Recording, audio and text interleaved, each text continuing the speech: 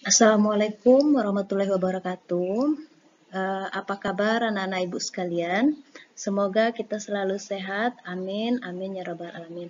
Nah, video ibu kali ini, ibu akan menjelaskan tentang tematik tema 9. Nah, yang di rumah masih tetap puasa kan? Puasanya jangan sampai batal.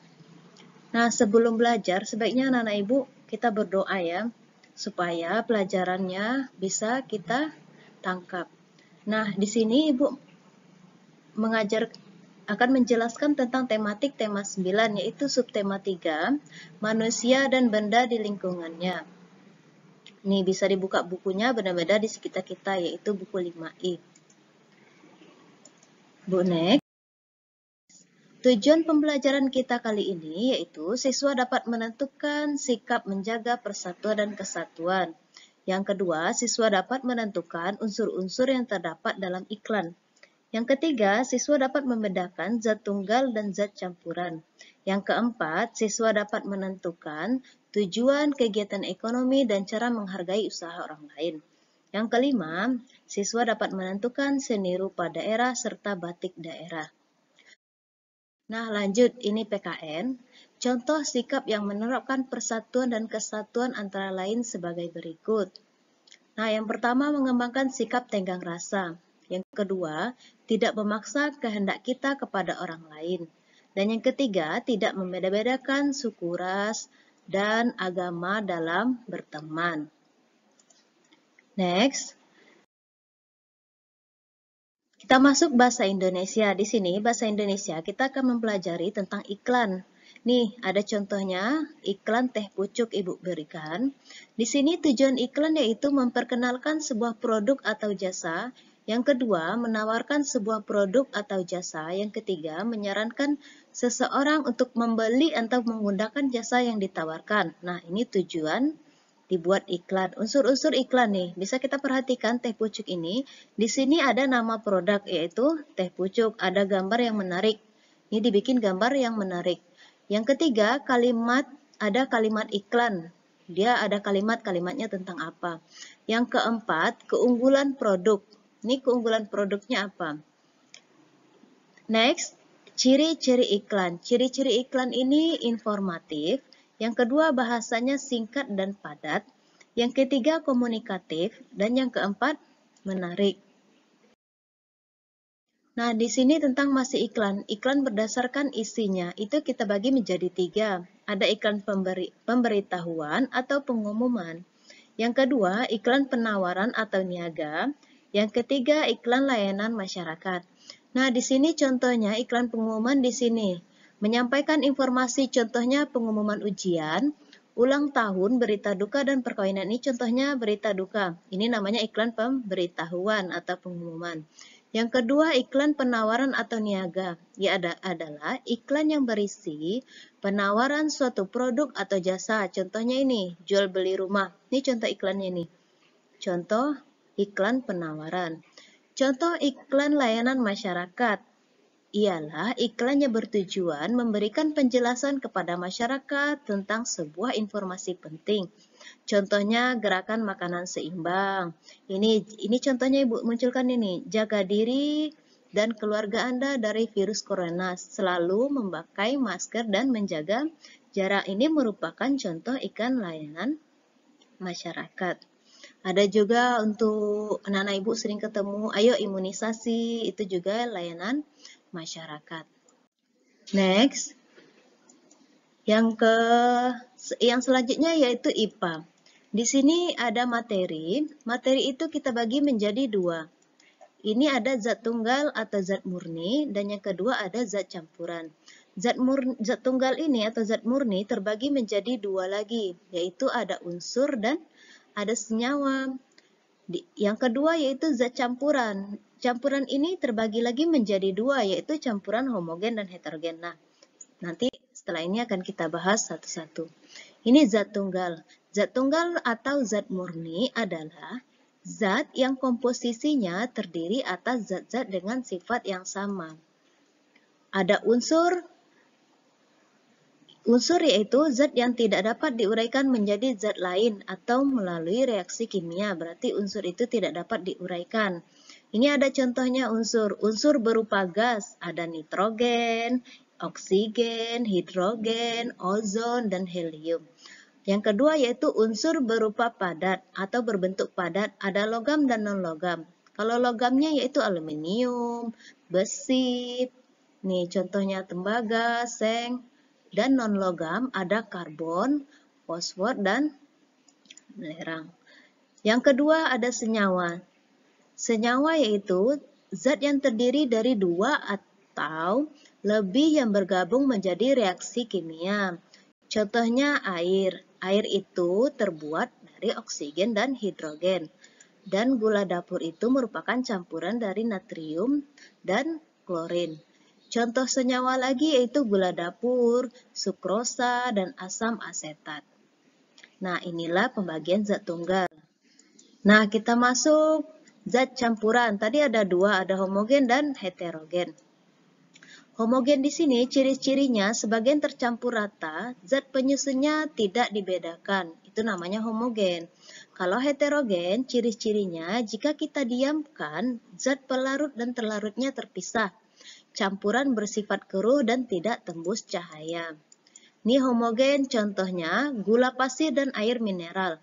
Kalau kita bikin gula pasir dan air mineral, itu campurannya akan larut, berarti dia termasuk campuran homogen. Ini air dan air sirup, larutan teh.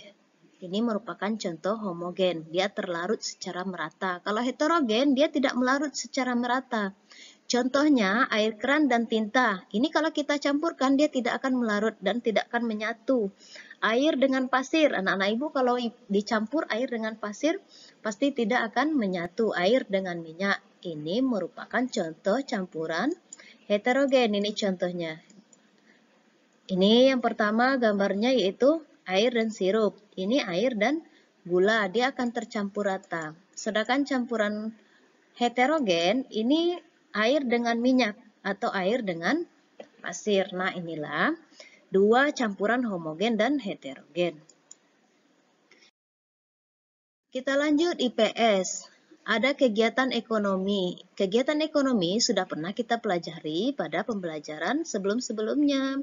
Ini kegiatan ekonomi ini dibagi menjadi 3 kelompok. Nah, sudah Ibu jelaskan sebelumnya juga.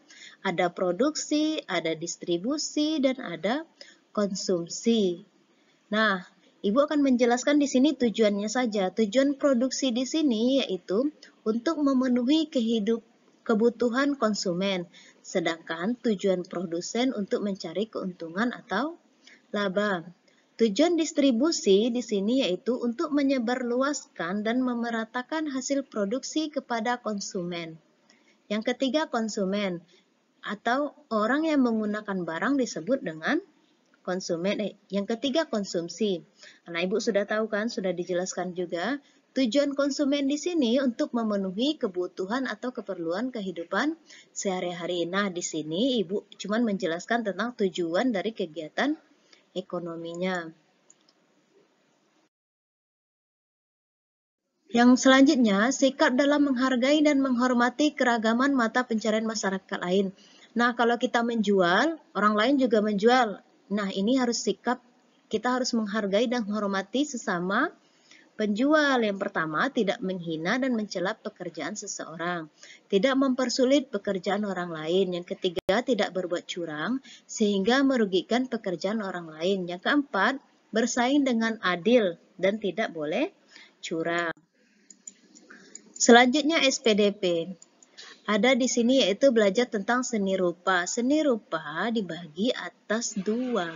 Ada seni rupa murni dan ada seni rupa terapan. Seni rupa murni adalah seni rupa yang menghasilkan karya seni yang berupa hiasan. Sedangkan seni rupa terapan yaitu seni rupa yang menghasilkan karya seni berupa benda pakai. Bedakan ya. Yang murni ini berupa hiasan dan yang terapan itu berupa benda pakai. Contohnya lukisan yang murni dan patung ini merupakan benda hiasan. Kalau seni rupa terapan, yaitu seni rupa yang merupakan benda pakai. Contohnya rumah adat, senjata tradisional, seni kriya. Nah, ini contohnya seni rupa murni, patung. Ini contoh patung. Dan satu lagi tadi ada lukisan. Ini merupakan 2 dimensi dan patung merupakan 3 dimensi. Selanjutnya seni rupa terapan tadi, ada senjata tradisional. Ini contohnya, anak-anak ibu pasti sudah melihat. Ini ada keris atau seni kriya anyaman. Ini merupakan seni rupa terapan yang bisa kita pakai. Nah, biasa ditemukan di alat dapur. Oke. Selanjutnya ada batik jemputan. Apa sih itu batik jemputan? Ini contohnya nih, batik jemputan Ibu tampilkan. Ini contoh batik jemputan. Batik jemputan menggunakan teknik lipat jelujur dan teknik lipat ikat. Batik jemputan disebut juga ikat celup. Motifnya dibuat dengan ikatan benang karet, gelang yang diikat kuat dan rapat. Nah, ini dinamakan batik jemputan. Nah, kita next, daerah penghasil batik dan motif khasnya. Ini batik Yogyakarta. Batik Yogyakarta ini yaitu motif ceplok atau grombol. Ini contohnya nih. Jadi kalau ibu ketemu seperti ini motif batik, berarti ini motif batik ceplok namanya. Batik ini melambangkan harapan bagi pengantin yang menggunakannya. Berarti setiap batik itu ada maknanya ya. Yang kedua ada batik Solo. Apa sih nama batik di Solo? Di Solo yaitu motif batik Sidomukti. Ini contohnya nih gambarnya nih. Nah, ibu sering ketemu seperti ini nanti. Ini merupakan batik motif Sidomukti, yaitu melambangkan harapan akan kehidupan penuh rezeki dan kebahagiaan. Yang ketiga ada batik Cirebon. Apa batik Cirebon? Yaitu motif batik Megamendung. Nih sering ketemu juga nih di baju atau baju-baju yang sering digunakan. Ini namanya batik motif Megamendung, yaitu melambangkan kekuatan atau kesultanan. Yang terakhir ada batik Pekalongan. Batik Pekalongan itu seperti apa? Ini namanya yaitu motif batik jelamprang atau motif ini diambil dari bunga teratai yang sudah berkembang sejak agama Buddha dan Hindu masuk ke Jawa. Ini contohnya nih, nah ibu bisa perhatikan. Ini contoh batik motif jelamprang. Yang kelima yaitu ada batik Madura. Kayak mana sih batik Madura? Yaitu motif batik pesisir. Ini seperti ini gambarnya nih, batik motif pesisir. Yaitu mewakili warna khas yaitu biru, kuning, merah, dan hijau. Nah, sekian pembelajaran Ibu hari ini. Semoga anak-anak Ibu yang belajar di rumah masih bisa memahami apa yang Ibu berikan. Semoga kita selalu sehat. Amin. Amin ya rabbal alamin. Kalau ada Ibu kata-kata yang salah, Ibu mohon maaf. Ibu akhiri dengan wabillahi taufiq wal hidayah. Assalamualaikum warahmatullahi wabarakatuh. Selamat berpuasa anak-anak Ibu.